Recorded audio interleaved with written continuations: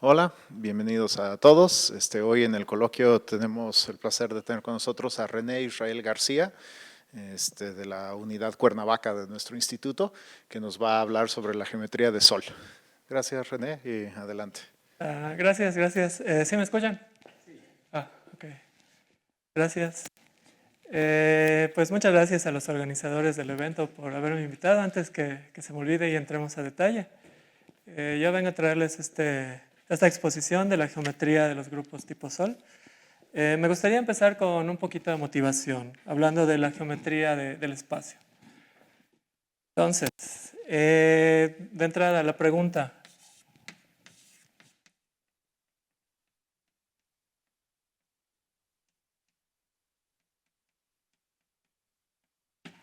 ¿qué es una geometría, no? Entonces, en particular estamos interesados en la geometría del espacio. Hay varias formas de entender qué es una geometría. Básicamente tú tienes un objeto al que le llamas el espacio. Este es un objeto a priori sin una estructura extra, y dependiendo cómo quieras hacer geometría, básicamente la idea es la misma. Tú tienes que medir distancias, medir ángulos. Si estás en el mundo de la geometría riemanniana, lo haces con una métrica riemanniana, pero hay otra forma de definir una geometría, una forma más algebraica. Y entonces podemos pensar que una geometría es la combinación de un espacio y de un grupo. Ese va a ser el grupo de las isometrías. Ok, entonces hay un resultado. No voy a entrar en detalles de ese resultado, pero a manera de motivación para objetos de 3 dimensiones. Hace ya unos años, Thorson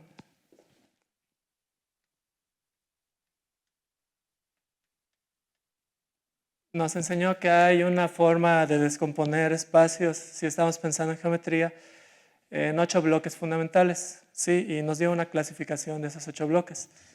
Entonces, todo esto es en 3 dimensiones. ¿Sí? Entonces, para empezar a hablar antes de llegar a Sol, me gustaría explicar cuáles son esos 3 espacios básicos.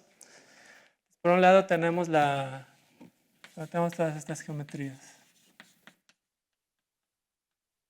Tenemos la más elemental, la euclidiana.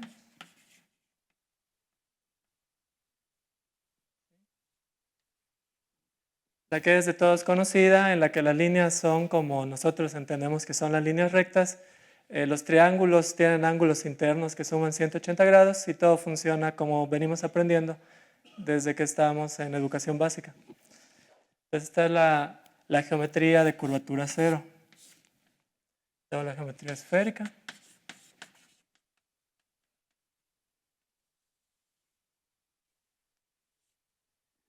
Un poco más cercana a la realidad si vienen de una zona costera, como en mi caso, donde está la playa muy cerca y puedes ver el horizonte y darte cuenta que en realidad no vives en un plano, vives en una esfera.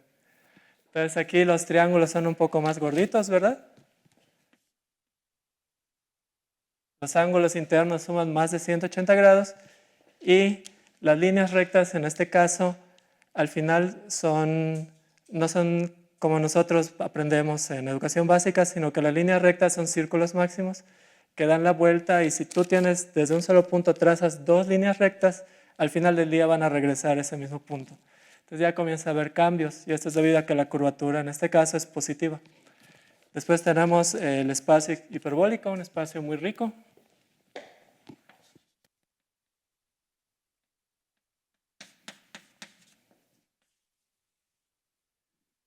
Aquí el ejemplo es el disco de Poincaré. En este caso los triángulos son más delgados, los ángulos miden menos de 180 grados.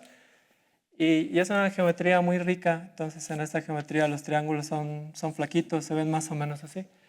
Y aquí hay muchas propiedades, es un área muy activa de investigación, y todo eso es debido a que la curvatura es negativa, y eso tiene muchas consecuencias para los que somos geómetras.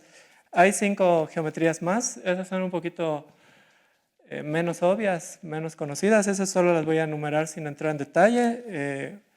Las demás geometrías son el producto de una esfera con el espacio euclidiano, el producto del disco de Poincaré, espacio euclidiano. Las otras 3 son un poco más abstractas, solo las voy a mencionar por completez. Ese es el cubriente de un grupo, el grupo SL2R, no voy a entrar en más detalles de qué es. La geometría de Nil, en este caso Nil es, pueden pensar en, si han escuchado hablar del grupo de Heisenberg, es un grupo tridimensional. Y finalmente la que nos interesa, que es la geometría tipo Sol. Entonces aquí se llama Sol por soluble, tiene que ver con álgebras de Lie. Quiere decir que es un grupo de Lie de tipo soluble. Entonces, para hablar de geometrías de esta manera, como un espacio y un grupo de isometrías, también tenemos que hablar un poco de teoría de grupos. Entonces, aquí el grupo.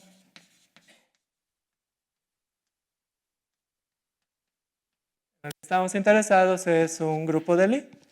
Entonces, muy brevemente, un grupo de Lie es un grupo que además de tener estructura algebraica, tiene estructura de variedad diferenciable. Entonces, en este caso, el grupo se ve más o menos así. Y si este es mi grupo, asociado al grupo tengo un álgebra, el álgebra de Lie, que normalmente se representa de esta manera. ¿Sí? Este es el grupo, este es el álgebra. Y están muy relacionados. Las propiedades del grupo y del álgebra están muy relacionadas entre sí. En particular, en el álgebra yo tengo una propiedad, puedo tomar el conmutador de dos vectores. Entonces, si yo tengo x y y en el álgebra, puedo construir un nuevo elemento del álgebra.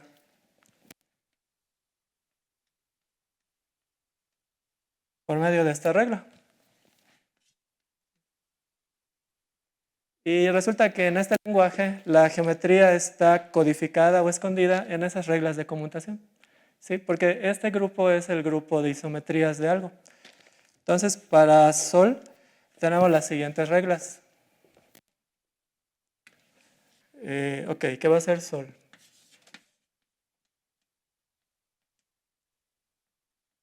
Vamos a definir Sol 3 de la siguiente manera.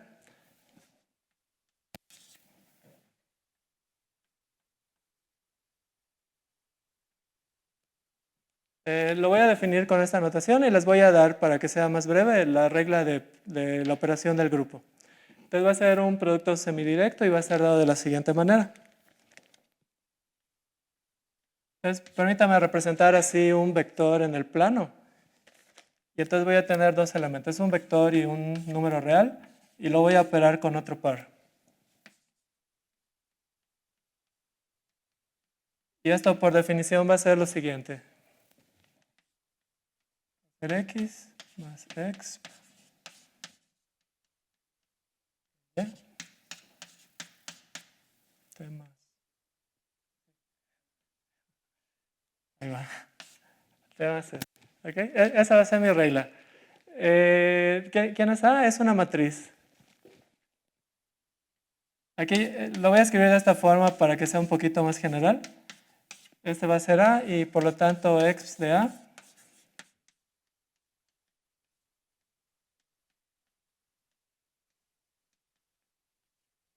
va a estar dado de esta forma y entonces este va a ser mi espacio. Entonces aquí en este espacio tengo esta operación y esta operación me define una, ¿sí?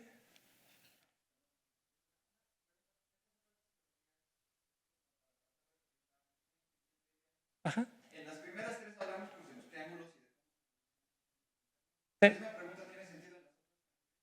Ah, sí, claro, sí, en todas las geometrías hay triángulos geodésicos, nada más que acá es muy especial porque la curvatura es constante y eso hace que estos espacios como que tengan muchas simetrías.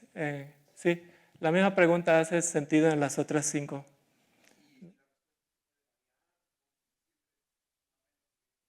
No, puede variar porque ahora la curvatura varía también. O sea, sí, por ejemplo, todos los espacios hiperbólicos, los que tienen curvatura negativa, aunque no sea constante, en ellos existe el concepto de triángulos delgados. Sí, pero en todos los demás esto puede variar.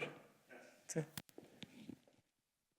Pero justamente ese es el caso, ¿no? O sea, para los que somos geómetras, nuestro objetivo es tratar de entender en estos espacios ese tipo de propiedades, las propiedades de los ángulos, las propiedades de las distancias, y para eso podemos usar, pues, ya sea herramientas de geometría riemanniana, herramientas de teoría de grupos, lo que tengamos a la mano.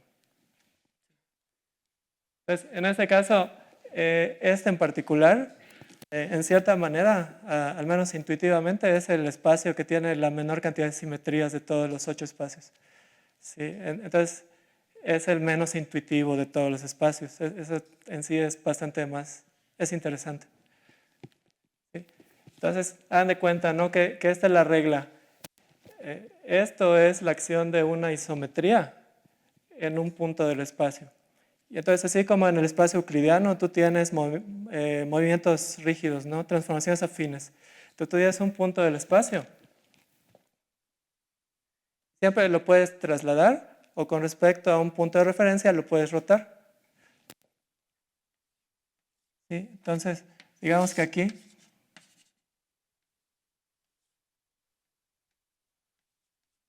hace sentido hablar de traslaciones y rotaciones. En el espacio Sol, lo que hace sentido es esta operación. Y esto es lo único que tienes. O sea, estos son los movimientos rígidos del espacio. Los puntos los puedes mover sin alterar las propiedades geométricas, solamente siguiendo esta operación. Y sí. La A puede ser cualquier matriz. En el caso de Sol, en el caso de la clasificación de Thorson, es esta matriz. Pero se puede generalizar, por eso lo dejé así. Porque una pregunta interesante es, ¿qué propiedades son comunes para todos los espacios que tengan una de este estilo? ¿Sí? Y resulta que la A interesante es la siguiente. Lo que vamos a necesitar es una A tal que x de A, una observación, sí. Si los valores propios de x de A no son unitarios, ninguno de sus valores propios es unitario, va a pasar algo. Es un no.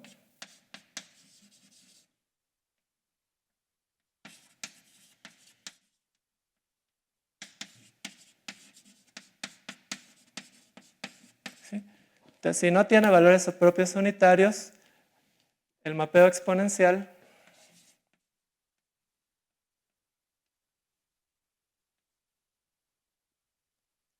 lo voy a poner así porque es un resultado general. Es para un grupo de Lie con su respectiva álgebra de Lie. Si esa matriz no tiene valores propios unitarios, el mapeo exponencial para cualquier matriz va a ser un difeomorfismo. O sea, va a haber una relación biyectiva, continua, con inversa continua y con las propiedades buenas para nosotros entre el álgebra y el grupo. Eso en general no sucede. En general, el mapeo exponencial no es un difeomorfismo. No hay una relación tan directa entre álgebra y grupo. Entonces aquí la conclusión es esa, ¿no?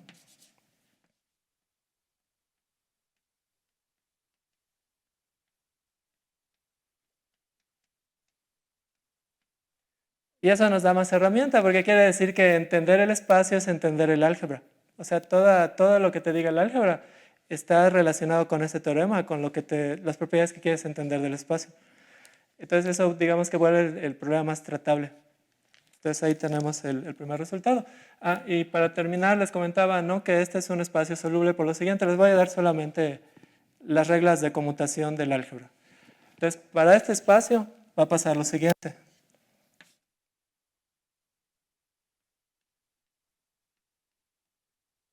Voy a tener x y t, que son los generadores del álgebra. X corresponde a la coordenada canónica E1, y a la coordenada canónica 2, y t a la coordenada 3. Y en este espacio resulta lo siguiente. X y y conmutan, pero cuando aplico x con t,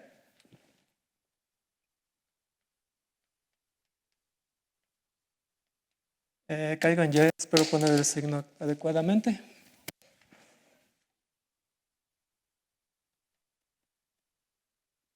Y cuando conmuto y con t,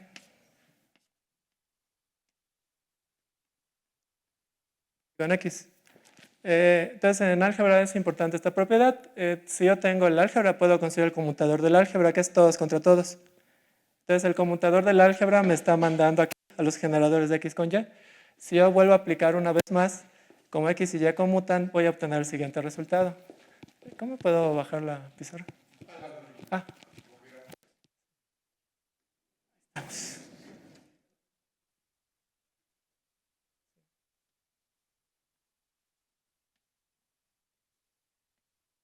Entonces, el conmutador es un espacio más chiquito, son todos contra todos, vive dentro del álgebra. Y al conmutador, le puedo construir el conmutador del conmutador.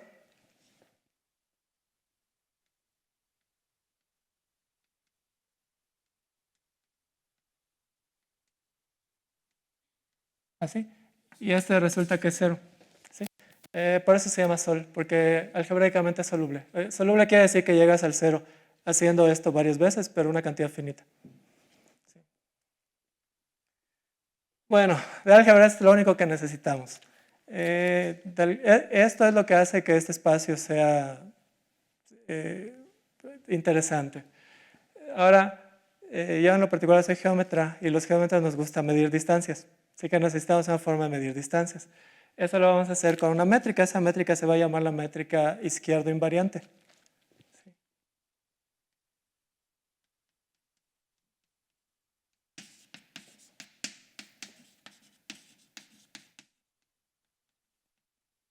Es que la métrica izquierdo invariante, tengo aquí una manera de trasladarme en el espacio.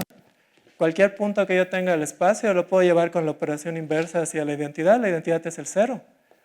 Y entonces en realidad yo puedo medir distancias aquí. La filosofía es la siguiente. Tú quieres medir distancias en este punto, velocidades, por ejemplo, llévalo con una traslación al origen y mide en el origen y lo que midas ahí lo regresas a muy grandes rasgos para no entrar en tecnicismos. Al final del día eso se llama la métrica izquierdo invariante y hay una forma de definir esa forma, esa distancia. Solamente les voy a dar el resultado. Lo voy a hacer en general. La métrica izquierdo invariante va a estar dada así.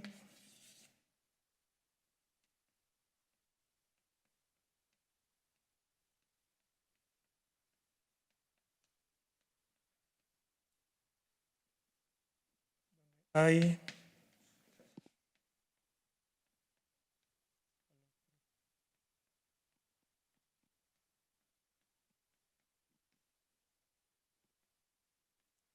Es el valor propio de A. No todos son de geometría diferencial, ¿verdad? Ok. O sea, dependiendo de la matriz, tengo una forma diferente de medir.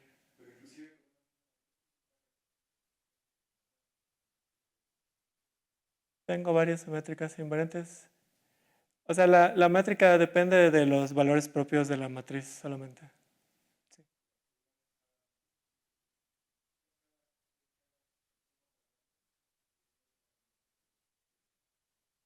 Ah, sí, claro. No, no. Estas son las que corresponden a esa matriz. Sí. O sea, son las que cuando las jalas al álgebra, digamos que x, y, t son unitarios, miden 1. Así como definimos x, y, t. Sí, sí, sí. Entonces, sí, solamente es para este problema en particular. Sí. Ok, ¿qué quiere decir esto? Si yo quiero medir distancias, hago lo siguiente. Si tengo yo dos puntos, ¿ok? Eh, construyo un camino que va del punto A al punto B, y entonces yo quiero medir cuál es la longitud de ese camino, ¿ok? Pues yo quiero medir la longitud, voy a llamarlo así, la longitud del camino gamma va a ser la integral, si este es A y este es B, A, B, de lo que nos gusta en geometría riemanniana, de la métrica. Entonces voy a medir hasta así.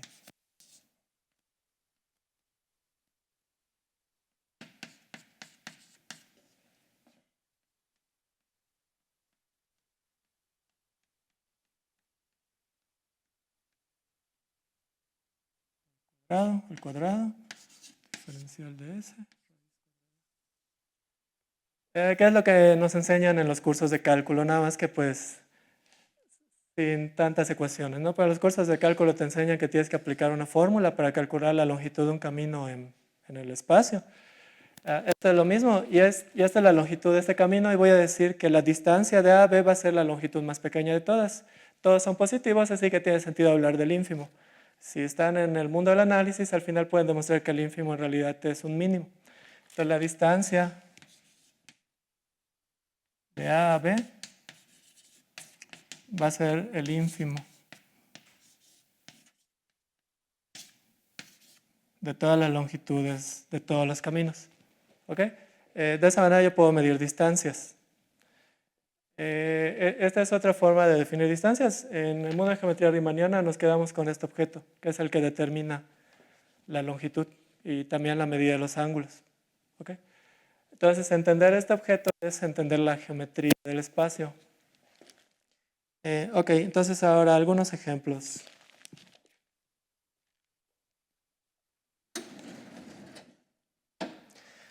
Bueno, dos ejemplos, los más importantes. Uno es Sol, lo que estamos estudiando.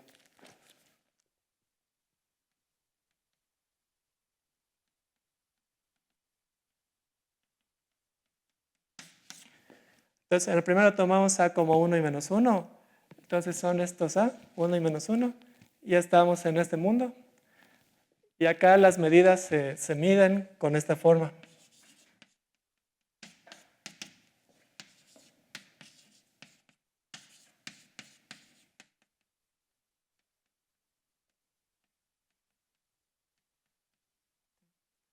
Y el segundo ejemplo, en un momento voy a hablar un poquito más de esto. Tomamos A igual a 1, 1. Y entonces ahora voy a medir de la siguiente forma.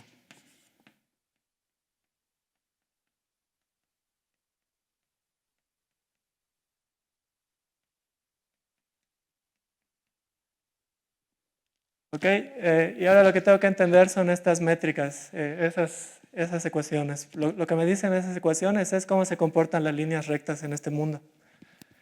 La primera es el que nos interesa, pero este también va a surgir en algún momento. Entonces, no es nada obvio, pero esto en realidad representa el espacio hiperbólico. Entonces, para explicar por qué este es Sol.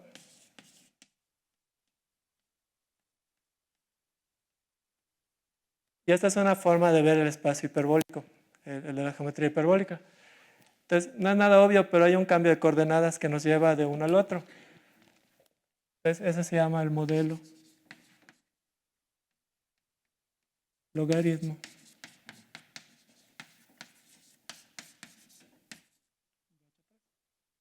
Entonces, como dibujar H3 es un poco complicado, les voy a dibujar H2.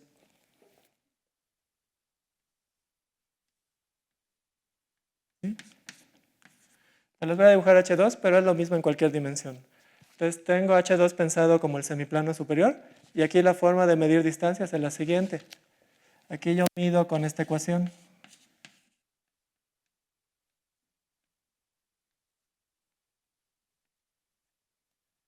Entonces voy a hacer un cambio de coordenadas. Voy a definir lo siguiente. Voy a pasar de acá a algo que voy a llamar el modelo logaritmo. Y lo voy a dibujar así. Y simplemente voy a definir y igual a e a la t. Y si ustedes saben un poco de geometría diferencial, solamente tienen que seguir unas cuantas reglas de formas diferenciales para llegar a lo siguiente. Al final del día va a pasar que esto se va a convertir en esto precisamente. Esto va a ser e a la menos 2t de x cuadrada más dt cuadrada. Y lo puedo hacer en 3 dimensiones, 4, etcétera. Es completamente general. A veces es conveniente deformar un poco el espacio. Entonces, si yo quiero introducir una curvatura diferente que no sea menos 1, que es la curvatura del espacio hiperbólico, lo que tengo que hacer acá es introducir un factor. ¿Sí? Ese factor cambia la curvatura del espacio hiperbólico. Si yo introduzco este factor acá, tan solo tengo que ajustar este cambio de coordenadas. ¿Okay? Y eso convierte esta ecuación en esta ecuación. ¿Sí? Y esta es una revelación, porque todo lo que sepas de geometría hiperbólica se comienza a traducir en algo que sabes en el espacio Sol. Porque esto precisamente es esto. ¿Sí? Son estos dos términos. Y aquí también están esos dos términos. No, esto es igualito, nada más que el signo está al revés. Como que estás viendo el espacio al revés. En lugar de verlo hacia arriba, lo estás viendo hacia abajo. Y eso cambia este signo. Entonces, por ejemplo, algo muy conocido, ¿cómo son las líneas rectas del espacio hiperbólico? ¿Cómo son las geodésicas? Resulta que hay dos tipos, las líneas verticales y los semicírculos que cortan perpendicularmente al eje X. ¿Okay? Entonces esto es una geodésica y eso se traduce en que acá yo ya sé cómo son las líneas rectas. Acá le estoy aplicando el logaritmo y me estoy yendo hacia el cero, eso quiere decir que se va a ir al menos infinito. ¿Sí? Cuando yo sustituyo aquí y tiende a cero, t va a tender al menos infinito. Entonces aquí las líneas rectas se van a ver así. Y van a tener aquí una asíntota que corresponde a esta dirección vertical. ¿Sí? Entonces, esto lo obtengo cuando y es igual a 0 o a cualquier valor constante. Cuando x es constante, pasa exactamente igual, pero lo que les comentaba es que el signo está al revés. Entonces es como tener las mismas líneas geodésicas, pero al revés. En lugar de ir hacia abajo, ahora van hacia arriba. Esto corresponde a esto.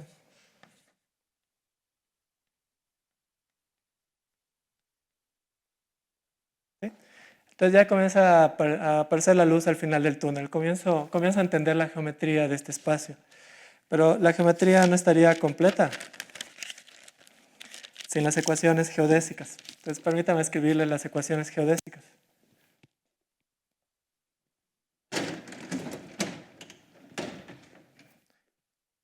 Solamente se las voy a escribir. Las ecuaciones geodésicas hay varias formas de obtenerlas. Si a ustedes les gusta la geometría, una es como te enseñan los libros de geometría riemanniana, pero tienes que calcular los símbolos de Christoffel y puede llegar a ser complicado. Otra es si están más orientados al análisis, en lugar de tomar la longitud de arco, consideras el funcional de energía que se obtiene haciendo a un lado la raíz cuadrada y al final los mínimos del funcional de energía son los mínimos de la longitud de arco, por lo tanto son las curvas geodésicas. Y con ecuaciones de Euler-Lagrange y cálculo variacional es realmente, o sea, sí, la verdad es sencillo. No voy a entrar en detalles por tiempo, pero a lo que llegamos es a lo siguiente.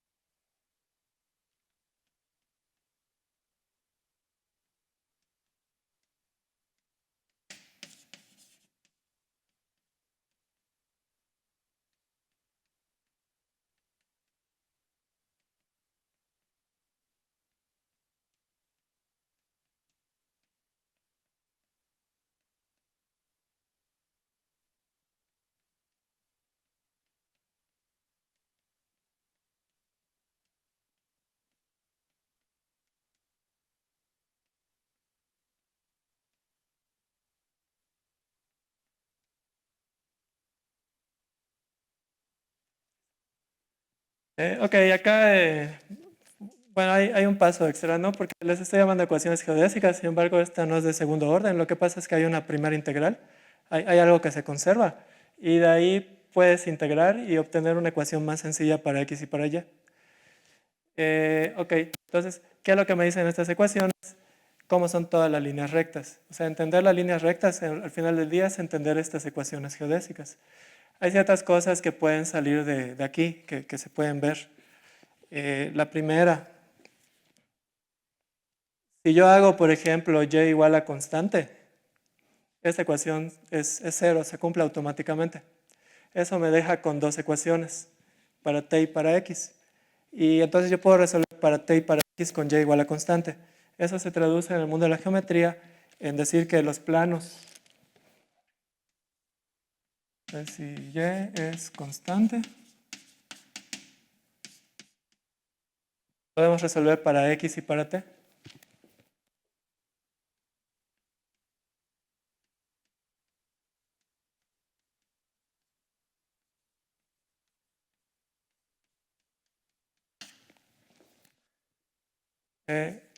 Eso quiere decir que los planos con y igual a constante son totalmente geodésicos. O sea, las líneas geodésicas de esos planos como seres intrínsecos son las líneas geodésicas extrínsecas porque viven en un espacio más grande. Pero los planos y igual a constante son totalmente geodésicos.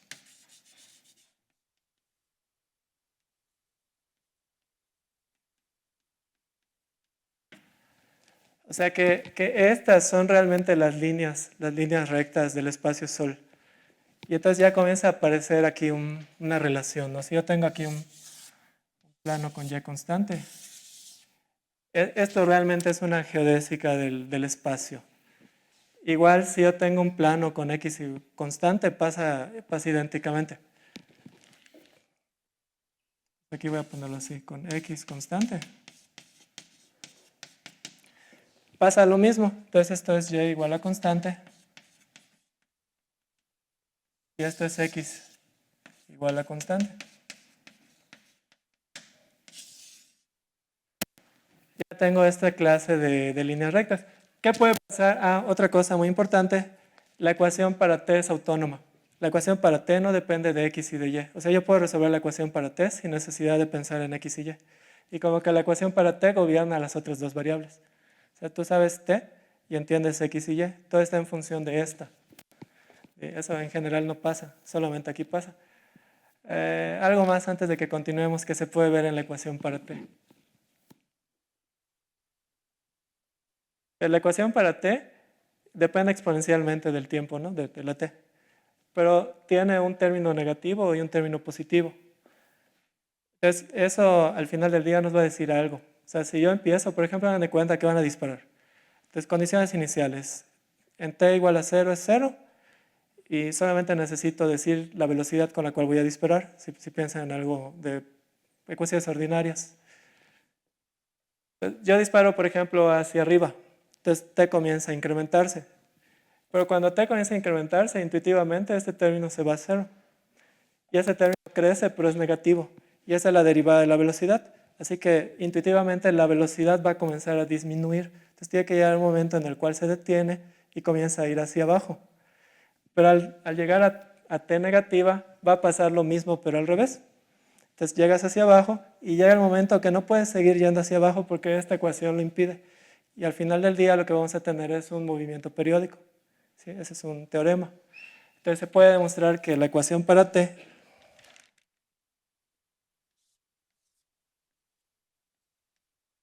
se ve así.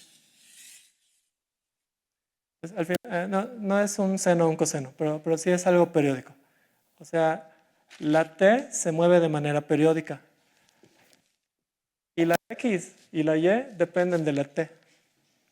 A no ser que esto sea 0. ¿Sí? Eso ya nos da la otra familia de geodésicas. Estas son un tipo de geodésicas, de líneas rectas en este espacio. Y el otro tipo se obtiene de combinar esto con esto. ¿Me puedo escribir?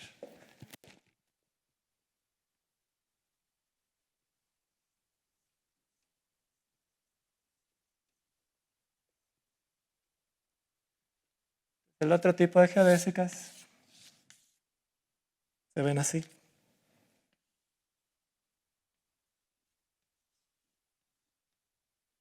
Este es el otro tipo de geodésicas que se obtienen al combinar ese movimiento periódico en t con la x y la y de esa ecuación.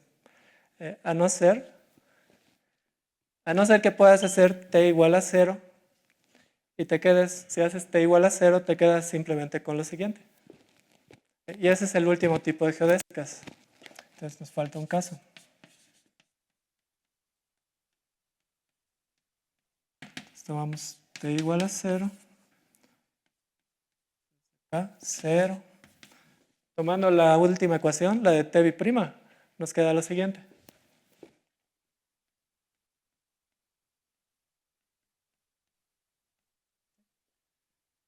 Y esta ecuación te da el último tipo de geodésicas. Este tipo de geodésicas pues van a ser simplemente líneas rectas.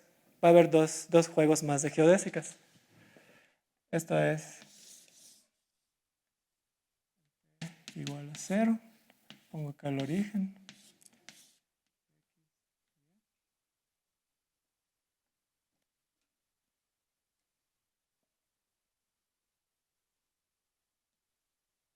Tengo estas dos.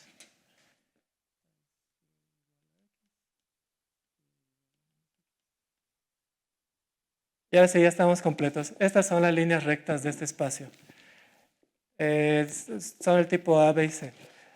Tengo las líneas rectas que se ven así, que en realidad son hiperbólicas.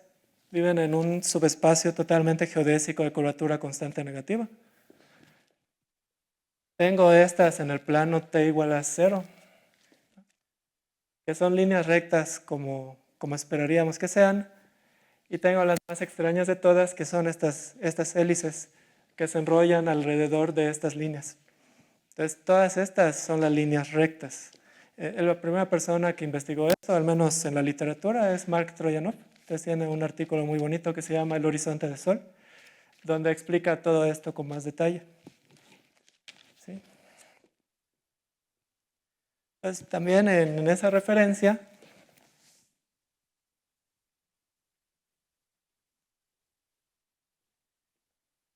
se puede ver la demostración de un teorema.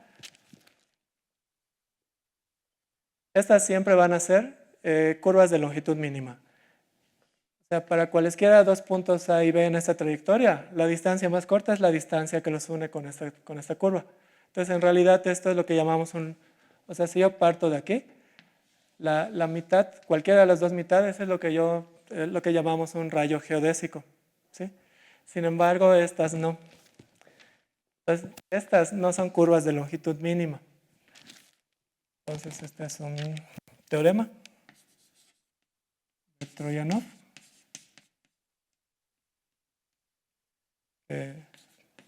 Las geodésicas,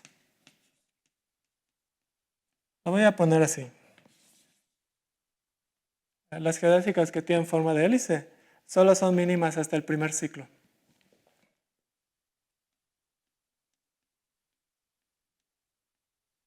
Entonces solamente son de longitud mínima. Sí.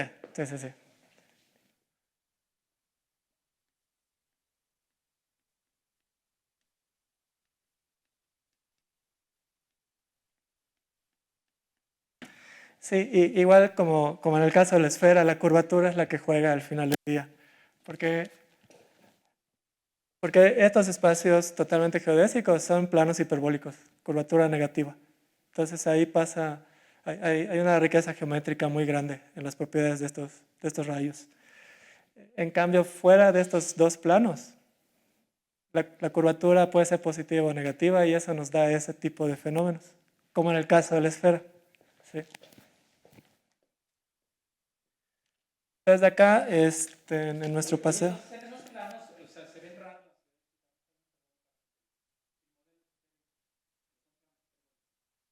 Sí, digamos, la parametrización se ve rara porque si hiciéramos la parametrización contraria, esto seguiría siendo una semicircunferencia. Pero la estamos viendo con lentes logarítmicos y eso hace que todo se vea como que muy distorsionado verticalmente. Sí. Ajá.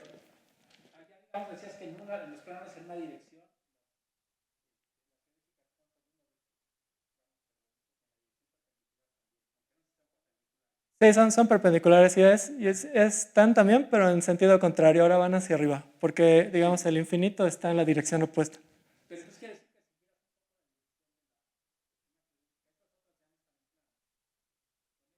Sí, no están en planos, sí. Y no son planos totalmente geodésicos, o sea, se salen de cualquier otro plano. Sí.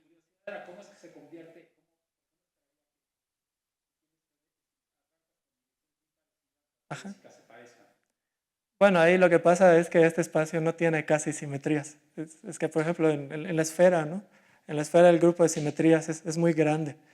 En cambio aquí no. Que de hecho eso nos lleva a otro trabajo más o menos reciente.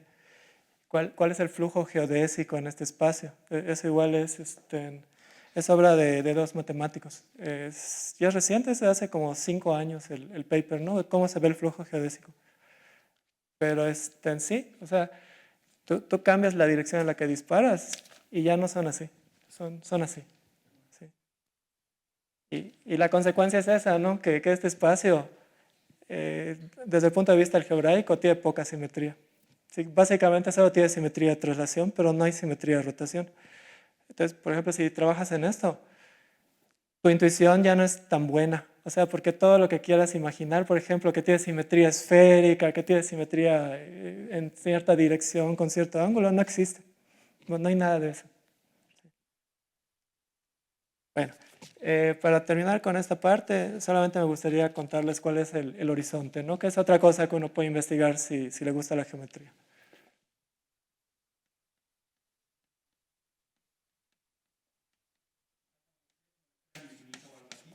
Algo así, ¿no? Porque al no ser de curvatura negativa, no hay una esfera al infinito, pero hay secciones que sí tienen curvatura negativa. Entonces hay secciones donde existe el concepto de horizonte. Para definir el horizonte necesito rayos geodésicos y solamente los tengo en dos direcciones muy particulares, o así, con y constante, o así, con x constante. No tengo más. Pero en eso las cosas funcionan de la siguiente manera. Esto es una geodésica hiperbólica, del espacio hiperbólico, nada más que vista distorsionada. Entonces, dos rayos geodésicos van al mismo horizonte si la distancia entre esos dos rayos está acotada. Si siempre la distancia es constante, entonces como que en el infinito van a parar al mismo lugar. Entonces, esta línea vertical sigue siendo una geodésica, ¿ok? Entonces acá al menos en dibujito se puede ver que este rayo geodésico termina en el mismo lugar que este rayo geodésico, ¿ok? Entonces básicamente están en la misma clase de equivalencia, solamente tengo que contar líneas verticales. Contarlo acá, yo no sé qué va a salir, pero me regreso tantito y sé que estoy cayendo acá.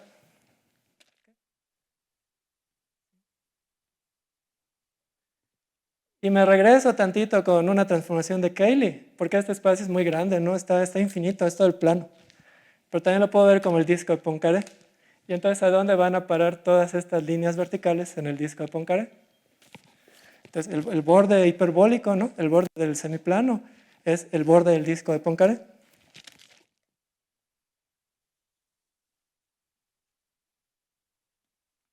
Entonces, al final van a parar aquí, ¿sí? Es como una circunferencia. Es de otro tipo, pues hacen lo mismo, pero en la dirección opuesta. Entonces, la forma en la que se describe el horizonte de este espacio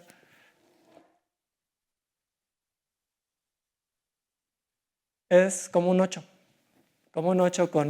pero hay que hacerle un huequito en donde se cortan los ceros.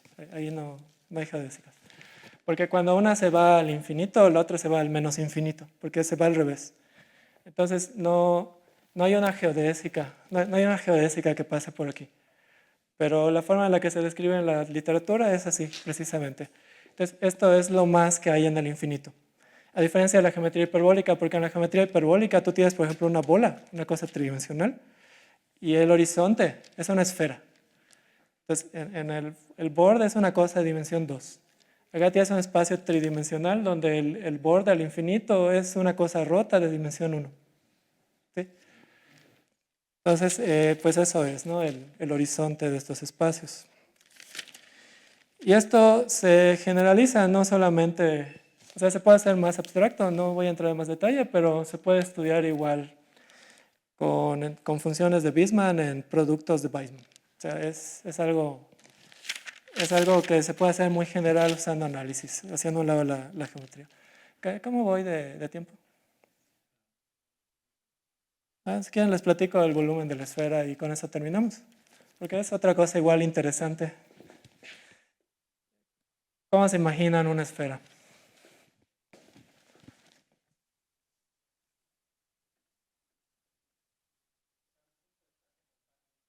Sí, sí, los puntos a distancia constante del origen, por ejemplo.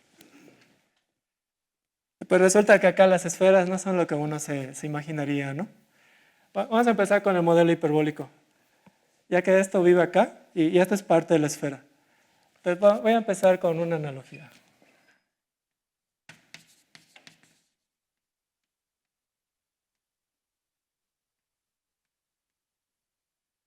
Vamos con circunferencias.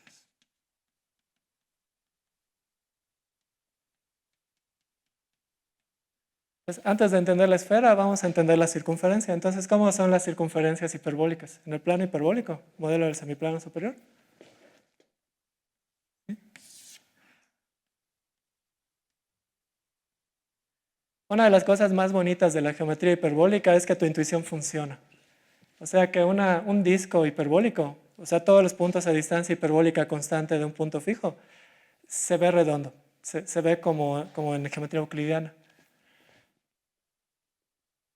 Nada más que el radio cambia. ¿Sí? O sea, si la memoria no me falla, vamos a poner un disco ahí, esto es I. ¿Sí? Entonces el disco hiperbólico con centro en I se ve redondo, se ve euclidiano, nada más que ya no tiene el centro en I. El centro lo tiene, si lo estoy diciendo bien, en coseno hiperbólico del radio. Y aunque su radio hiperbólico es, digamos, R unidades, su radio euclidiano en el dibujo es seno hiperbólico de R.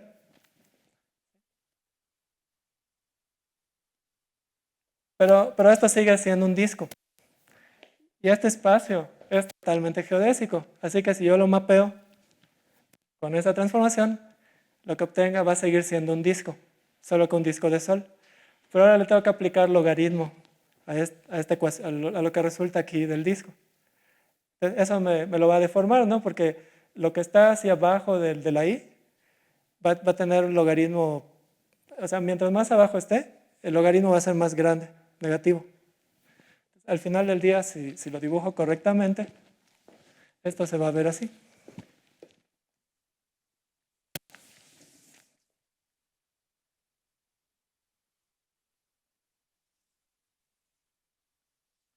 Voy a tener dos tipos. Voy a tener uno así, que como que se apachurra hacia abajo para este plano.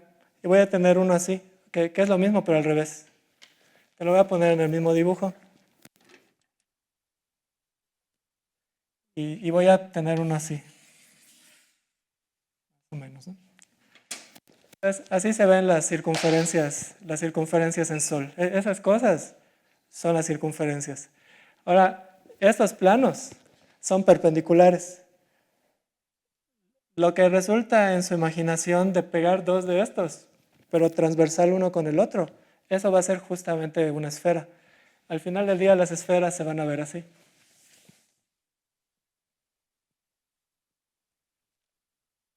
Pues voy a tener algo parecido a un avioncito, va a ser algo como esto. De un lado. Y como esto. Vamos a ver si sale. Y una disculpa por el dibujo, pero bueno. Más o menos de esta forma, ¿no?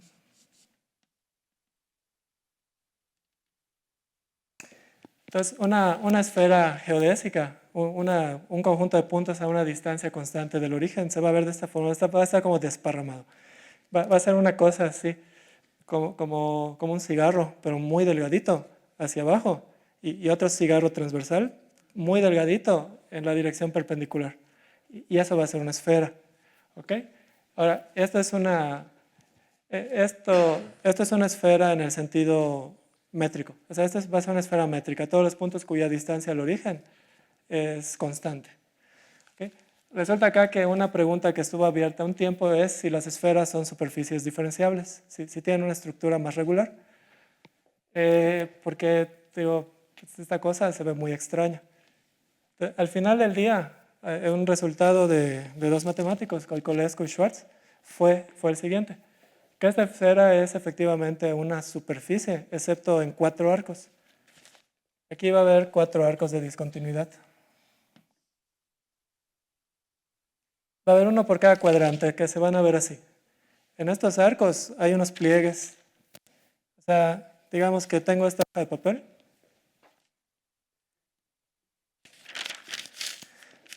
Y la doblo de esta manera, ¿no? Entonces, esos arcos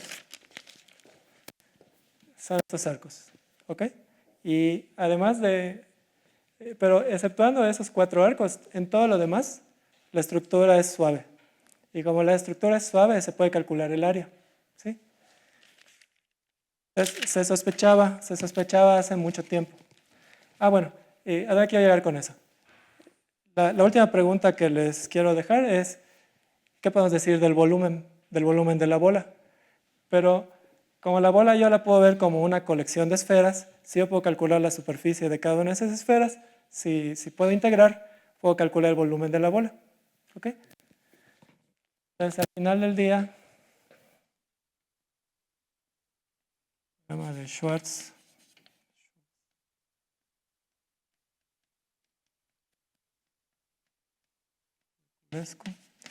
dice que el volumen de la bola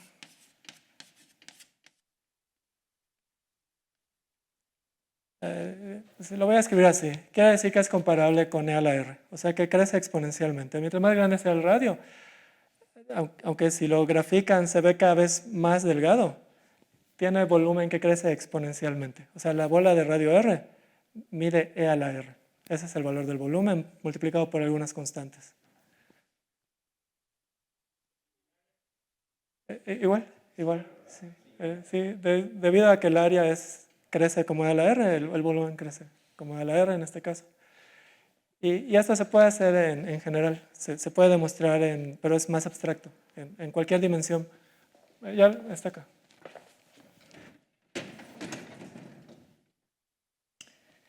En todas estas familias hay una fórmula. El volumen se puede predecir cómo crece. Se puede hacer de manera precisa.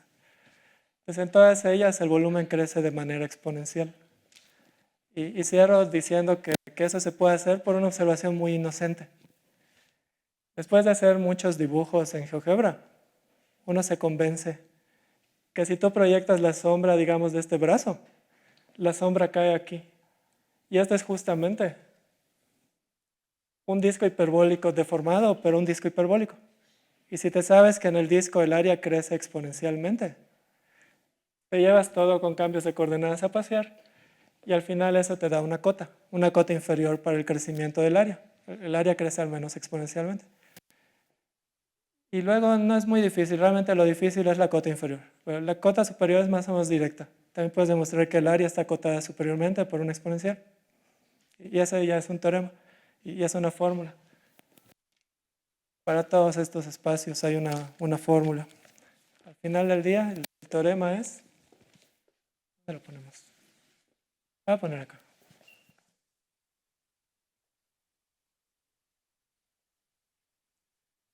Y ya con ese teorema concluyo.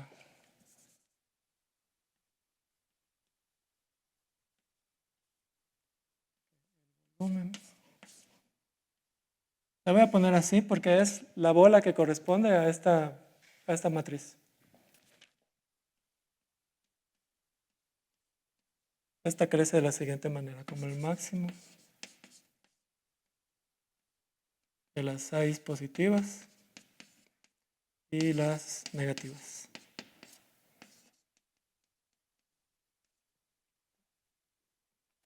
Entonces es una cosa que se ve delgada, pero que crece, que el volumen crece exponencialmente y el área también. Ay, sí, perdón. Dale eso. Es que normalmente lo escribo como la entropía de volumen. Sí, por eso. Se me como el E. Sí. Es E a la eso. Sí. Y ya, básicamente para concluir, esta es una de las 8 geometrías de Thorson. La geometría menos simétrica de las 8 geometrías, digamos, ¿no? Entonces, en este mundo las líneas rectas no son rectas, las líneas rectas no minimizan distancia, se tuercen así, como hélices. las esferas no son suaves siempre. Es una geometría muy diferente a lo que estamos acostumbrados, pero una geometría al fin y al cabo. Una de las 8 posibles geometrías de un universo tridimensional.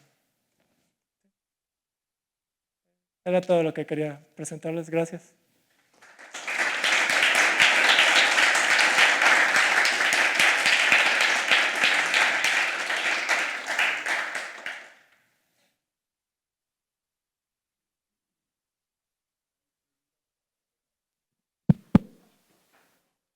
¿Sí? Gracias. ¿Se sabe cuántas geometrías hay en otras dimensiones? Por ejemplo, ¿en 2 o en 4? Bueno, en 2 sí te puedo decir, y en más dimensiones no sé, pero creo que no. En 2 dimensiones el teorema de uniformización te dice, ¿no?, que el cubriente universal de cualquier superficie holomorfa es, hay 3 posibilidades, ¿no? O es la esfera de Riemann, o es el disco de Poincaré, o es el plano euclidiano, o el plano complejo. Sí. Y en Ahora, 4 no se sabe. Ah, sí se sabe. Ah,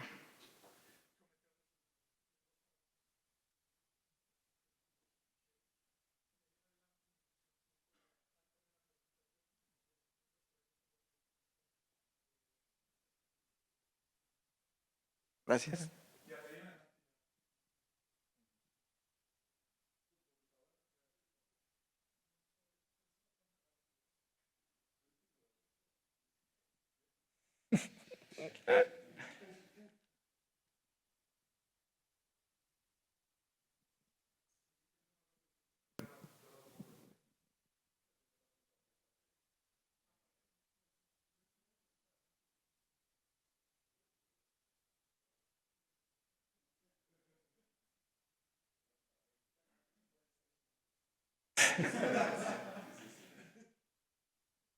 Oye, dijiste que allá esas geodésicas no son minimizantes a ajá, distancias, para puntos lejanos, sí. pero debe haber geodésicas minimizantes, ¿o no? Bueno, lo que pasa es que no está fijo el número de ciclos. Lo que va a pasar es que las minimizantes dan un ciclo o menos de un ciclo. O sea, yo puedo tener, o sea, yo O sea, puedo, son como de esa forma, pero más, más más estiradas. abierta, más estirada. Sí. Gracias. Sí, sí. Que ese es otro problema, ¿no? Ese en algún momento me gustaría atacarlo, estoy interesado, pero pues por ahora no tengo el tiempo. Porque esos dos autores, Schwarzkopf y Kulesko, lo hacen en 3 dimensiones, no estudian el flujo geodésico y a partir de ahí dan una explicación muy completa de la geometría de Sol. Nada más que las técnicas que ellos utilizan son para 3 dimensiones, ¿no? O sea, no, son para 3 dimensiones. O sea, es muy importante ahí que tengas 3 dimensiones. Pero en teoría, estudiar el flujo geodésico se podría dar una descripción también de esto, ¿no? En más dimensiones. Oye, Sí, según entendí, hay singularidades en tus esferas, ¿no? sí. Ahí atrásito de ti. Y dijiste que eran 4 curvas. Estas, sí, hay Esas. una. Ahora, cuando tú haces crecer el radio, esas curvas te definen una superficie, ¿no? ¿Cómo es esa? Se ve así. También es obra de ellos dos. Se ve así. Está en el plano XY. Hay acá 4 hipérbolas equiláteras.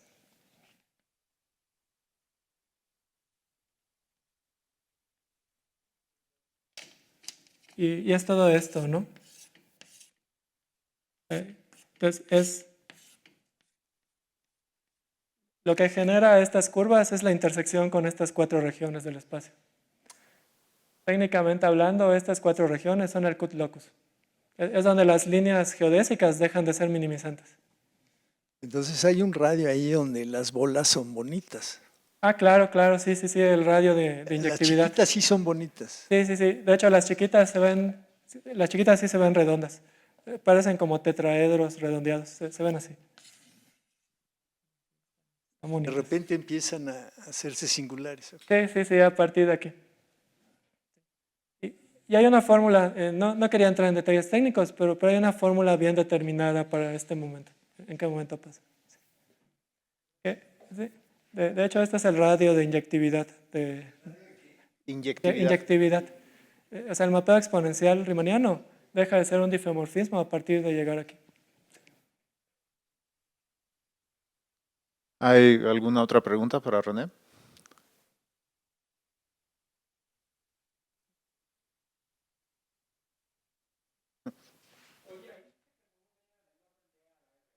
Sí.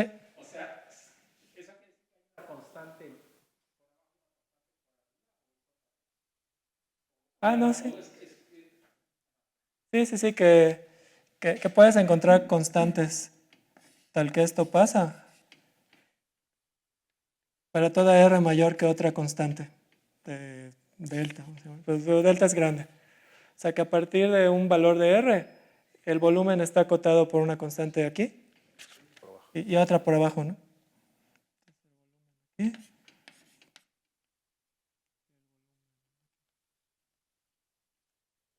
Sí, es eso.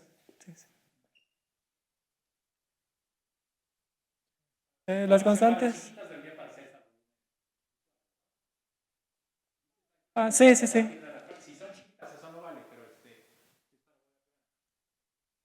Sí, exactamente. Si son chiquitas, pero chiquitas en este sentido, ¿no? Como el mapeo exponencial te da un difeomorfismo, pues puedes hacer más cálculos y se ven como uno esperaría. Sí, se ven redondas. Sí. Ahora, el valor de estas constantes, ¿no? Bueno, al menos yo nunca he visto en la literatura constantes óptimas. O sea, las que puedas conseguir, pues son las que hay. Sí.